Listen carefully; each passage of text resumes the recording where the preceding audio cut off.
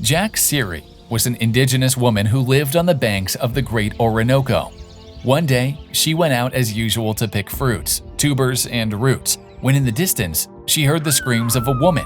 And a few seconds later, she heard gunshots that made the surrounding inhabitants and the birds that were in the nearby trees flee. Quickly, she hid in the bushes and saw 3 white men with guns as she hurried her steps towards where she had heard the gunshots. What she saw left her completely perplexed. She saw on the ground a white woman with a small child she was hugging as if to protect him. The woman was still breathing as if to protect her.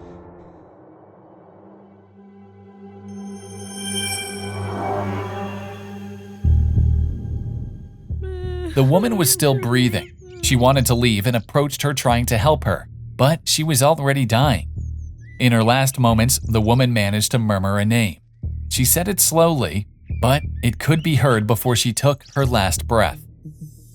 Realizing that it was the name of the one who had taken it from her, the woman took the child in her arms who was crying uncontrollably on her chest. She saw a silver plate around his neck. One of the bullets went through the woman's body and almost miraculously stopped on that small metal plate and saved the child's life.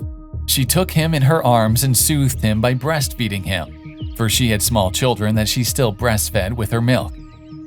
She looked at him with tenderness, and at that moment their hearts were united forever.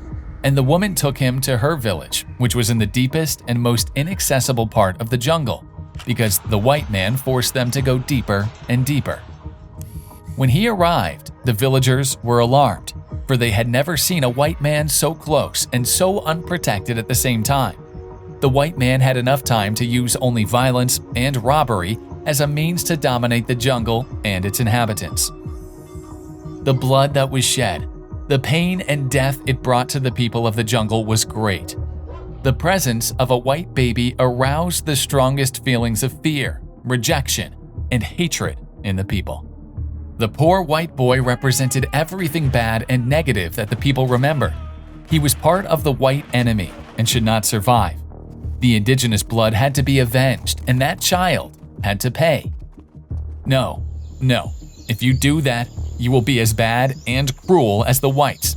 You will be as ruthless as them. We are no different from them if you kill him. You will be no better than him, said the woman in a strong and stern voice. These words, full of courage and feeling, made the Indians understand. That little boy, like them, was not to blame for his origin or appearance. Jaque adopted the little one she had rescued and named him Mug, which means the one rescued from death by the silver plate that reminded her of the amazing way he escaped from her clutches. For she was widowed when her husband was attacked by a jaguar. She had 2 children, and now a little Mug was part of her family. The woman raised Mug and her children as if she had given birth to all 3. And when her other children asked why Mug was so different from them, with his skin and eyes so light, she told her that the little one was born at dawn when the first rays of the sun began to bathe the jungle. Mug grew up as one of those indigenous people, with their customs and beliefs, and became an expert connoisseur of the jungle and a skilled warrior and hunter. He loved his home and was very happy in it. The life of Jaque, his other son, went on as normal, as he was completely adapted to his environment until one day, more explosions were heard around the village of that indigenous tribe. The white man had arrived and was determined to drive them out of their home. The explosions occurred because a new gold mine would begin to be explored, and many machines for the extraction of the metal arrived on the scene. The whole village appeared on the scene. Of all the men, the white, muscular body of one person immediately stood out.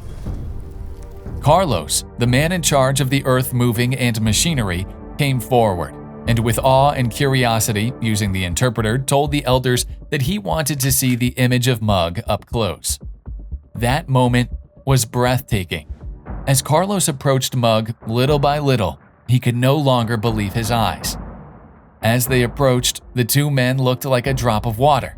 The resemblance between them was totally uncanny and left no doubt that there was kinship between them.